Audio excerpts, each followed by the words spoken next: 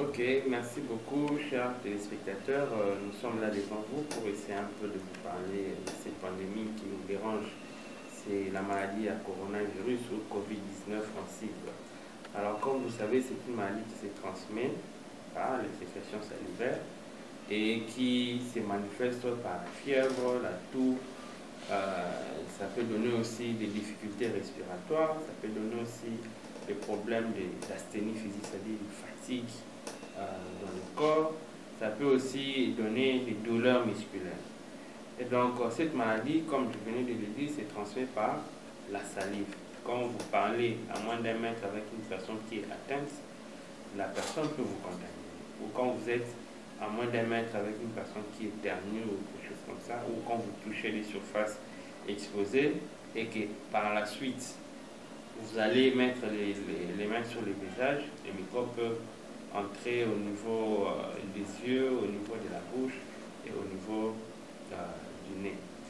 Et donc, pour éviter de se contaminer, il faut un lavage régulier des mains.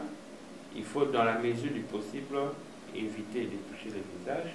Mais il faut aussi porter les masques, surtout quand vous êtes dans les lieux publics et à une distance de moins d'1 mètre avec les autres. C'est à ce moment-là que vous pouvez toucher, porter les masques.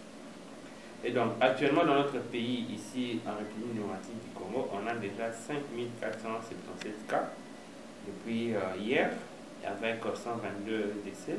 Et il y a plus de 700 personnes qui sont déjà déclarées guéries et plus de 3000 en bonne évolution clinique. Le problème, c'est que cette maladie, nous devons apprendre à vivre avec. Pourquoi? Parce que ça ne va pas finir du jour au lendemain. Vous voyez, la maladie a été déclarée chez nous au Congo depuis le 10 mars, mais le nombre de cas ne font qu'augmenter. Même si le nombre de décès diminue relativement au nombre de cas, c'est-à-dire le taux de létalité aujourd'hui de moins de 3%. Le taux de létalité, c'est le nombre de décès sur le nombre de personnes contaminées fois 100.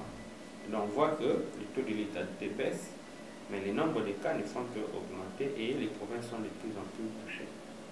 Cela revient à dire que la maladie, apparemment, ne va pas finir du jour au lendemain. Ça peut nous amener jusqu'à la fin de l'année, toujours dans la même situation. Et donc, je ne pense pas qu'on va continuer avec les mêmes rythmes de restriction des activités, au risque que nous puissions tomber dans la crise économique. Nous savons que la plupart des personnes ne travaillent plus comme d'habitude, surtout les gens qui sont dans l'informel, et les gens qui ont l'habitude de voyager, faire des activités économiques entre Kinshasa et l'intérieur du pays ou Kinshasa et l'extérieur du pays ne savent plus les faire, et donc l'argent ne circule plus. Les gens ne sont plus payés dans les entreprises publiques, plutôt privées surtout, et ça rend la situation très très difficile. Et au-delà du coronavirus, on risque d'avoir des problèmes de famine et ainsi de suite, parce que vous devez savoir que le coronavirus n'est pas la maladie la plus mortelle au Congo. C'est faux et archi-faux. Il y a des maladies beaucoup plus mortelles que ça. Il y a des maladies notamment comme le choléra, ça tue beaucoup, la rougeole. Il y a même une épidémie de rougeole qui a fait plus de 6000 morts en moins d'une année. Nous avons des problèmes comme la malnutrition, la famine qui tue beaucoup de gens. Il y a même la maladie comme la drépanocytose, l'anémie SS qui tue aussi beaucoup d'enfants ici au Congo. Mais nous semblons négliger ou parler de moins en moins de ces problèmes comme il y a maintenant la maladie à coronavirus. Si par exemple les gouvernements, les autorités étaient autant, disons, sensibilisés, autant stimulés dans la lutte d'une maladie comme le coronavirus, je pense qu'on aurait déjà éradiqué la plupart de ces maladies dont on parle actuellement. Parce que par exemple, vous devez savoir que la drépanocytose ou l'anémie SS fait beaucoup de morts et c'est très prévalent, c'est-à-dire il y en a beaucoup, on a beaucoup de cas de drépanocytose dans notre milieu. Je vais en profiter pour en parler parce qu'aujourd'hui, le 19 juin, c'est la journée mondiale de lutte contre la drépanocytose. Cette maladie-là qui se transmet des parents aux enfants lorsque les deux parents ont l'anomalie de la drépanocytose dans leur ADN. Si par exemple le papa est AS, la maman est AS, ils ont 25% de probabilité d'avoir un enfant qui est SS. Et les enfants SS posent beaucoup de problèmes. Notamment, ils tombent malades tout le temps. Ils ont souvent des problèmes d'anémie, ils sont transfusés régulièrement. Et puis, ils ont souvent des problèmes de douleur dans les os, ce qu'on appelle des crises douloureuses ou crises vaso-occlusives. Donc, pour éviter d'avoir un enfant SS, c'est tout à fait simple. Il faut prévenir cela. Comment? Il faut faire le dépistage précoce, soit le dépistage néonatal, c'est-à-dire quand un enfant naît, on essaie déjà de faire les examens pour savoir s'il est AA, AS ou SS, ou carrément les faire à partir de l'âge de 6 mois.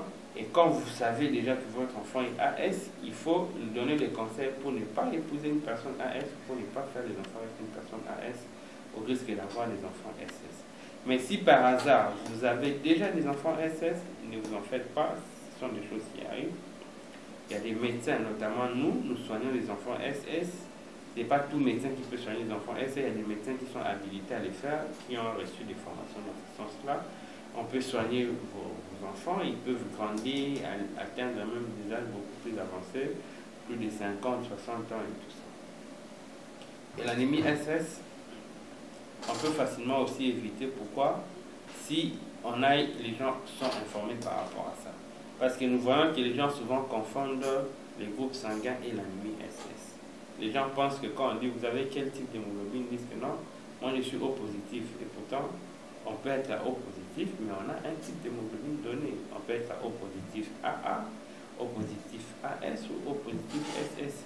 Et donc ces enfants-là, leur prise en charge nécessite beaucoup de moyens. Et c'est difficile pour un parent de continuer à prendre en charge qu'il ait beaucoup de moyens parce que l'enfant va vivre avec cette maladie toute sa vie. C'est comme ça que dans d'autres pays, ce sont des maladies qui sont prises en charge par les pays, par les autorités, les gouvernements prennent en charge comme c'est une maladie chronique, une maladie avec laquelle on vit. C'est vrai que nous saluons l'initiative de la première dame qui de plus en plus s'investit dans ces domaines-là. Elle a même fait un plaidoyer récemment auprès du Premier ministre pour que cette maladie-là soit prise en charge par l'État. Et je pense que c'est une bonne chose. Nous devons vulgariser, n'est-ce pas, les activités du Programme national de lutte contre la drépanocytose. Nous devons par exemple organiser des dépistages néonatales, connaître déjà les types d'hémoglobine des enfants dès la naissance. Ça va permettre à ce que si l'enfant est SS, qu'on commence les traitements plus tôt, parce que plus tôt on commence les traitements, mieux l'enfant va se comporter, mieux l'enfant va grandir et moins l'enfant va poser des problèmes. Mais si l'enfant n'est pas connu drépanocytaire alors qu'il est, il risque de mourir avant l'âge de 5 ans. Et donc je demanderai à tous les parents, ceux qui ont des enfants drépanocytaires, de nous contacter, on va soigner les enfants, ou de contacter une structure. Il y a des ONG, il y a des hôpitaux qui sont spécialisés dans la prise en charge des enfants SS. Vous pouvez contacter ces structures-là, ils vont aider à soigner vos enfants. Mais il faut surtout être armé de beaucoup de courage, beaucoup d'abnégation, parce que ça demande beaucoup de moyens pour soigner ces personnes, les enfants SS. Rassurez-vous, ce sont des enfants qui grandissent comme normalement, comme les autres enfants, s'ils sont soignés à temps et s'ils sont bien soignés. Dans le cas contraire, l'issue risque d'être fatale. C'est un peu ce que nous voulons dire aux gens. Et ceux qui ont déjà été victimes de cette maladie, nous vous prions d'informer et de sensibiliser les autres membres de votre famille, les autres membres aussi de la population générale, vos amis et connaissances. Parce que dans la drépanocytose, nous voyons que la plupart des gens sont mal informés de la maladie. Nous voyons par exemple des parents, ça nous avons déjà vu, souvent les mamans qui sont victimes aussi de ça. On voit que quand un couple fait un enfant SS, les papas ont tendance à rejeter la responsabilité chez la maman. Et pourtant, pour que l'enfant soit SS, il faut que les deux parents transmettent la maladie à l'enfant. Les deux parents qui ne se connaissent pas AS et qui ne posent pas de problème, mais lorsqu'ils se mettent ensemble, ils ont un enfant ensemble, ils peuvent faire un enfant SS dans l'ordre de 25% de probabilité. Donc ceux qui connaissent quelque chose, continuent à sensibiliser comme nous on le fait, Et aux couples qui veulent se marier, nous vous demandons de faire avant tout l'électrophore de l'hémoglobine pour connaître votre type d'hémoglobine. Et si par hasard vous êtes AS ou 2, je vous prierai de ne pas vous marier au risque d'avoir des enfants SS. Parce que souvent on voit des cas où les maris est AS, la femme aussi est AS, mais ils refusent quand même de se séparer et ils se disent que non, bon, quand on se met toujours ensemble, Dieu va aider, on n'aura pas des enfants SS. Ne mettez pas Dieu de la sorte à l'épreuve quand vous avez de l'intelligence et essayez de mettre ça en pratique pour ne pas exposer les enfants que vous aurez plus tard.